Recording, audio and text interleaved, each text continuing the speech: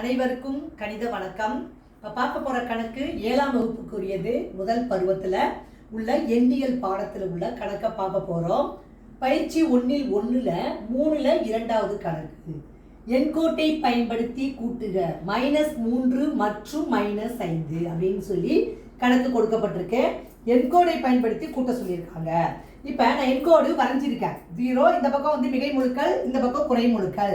இந்த பக்கம் 8 வரைக்கும் வரைஞ்சிருக்கேன், இங்கே -8 வரைக்கும் வரைஞ்சிருக்கேன்.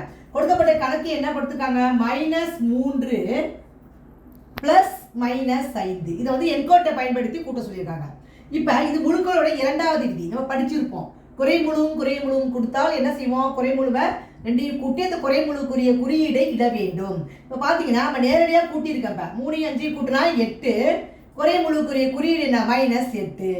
இப்போ இதுக்குரிய ஆன்சர் கண்டுபிடிச்சிட்டோம். இதை வந்து நம்ம என்ன செய்யறோம்? என்கோடை பயன்படுத்தி இந்த கணக்கு செய்ய போகிறோம். இப்போ பாருங்க, ஃபர்ஸ்ட் என்ன கொடுத்துருக்காங்க? -3. அப்போ 0லேருந்து -3க்கு நம்ம இப்படி ஒரு 6 மார்க் போட்டுக்கிறேன். இந்த இடத்துக்கிட்ட -3. அடுத்து என்ன கொடுத்துருக்காங்க? அதோட எதை கூட்டணும்? -5 கூட்ட சொல்லியிருக்காங்க. அப்போ இங்கேருந்து திரும்பவும் 5 கூட்ட போகிறோம். 1 2 3 4 5. அப்போ இங்கேருந்து திரும்பவும் 5 அலகுகள் -5. இப்போ இது மாதிரி போட்டுட்டோம். இப்போ ஆன்சர் என்ன கிடைச்சிருக்கு பாருங்க. வரக்கூடிய விடை -8.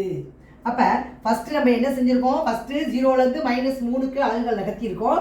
அப்புறம் அங்கேருந்து -5 கூட்டுறோம். கூட்டுறப்ப 1 2 3 4 5ன்னு கூட்டுறப்ப இந்த இடத்துக்கிட்ட வந்து நிற்கிது. எங்கே நிற்கிது? -8ல் அந்த ஆன்சரை வந்து கரெக்டாக காமிச்சிருக்கு.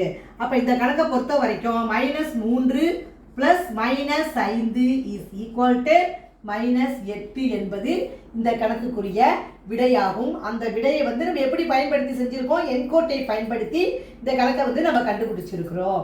புரிஞ்சுங்களா?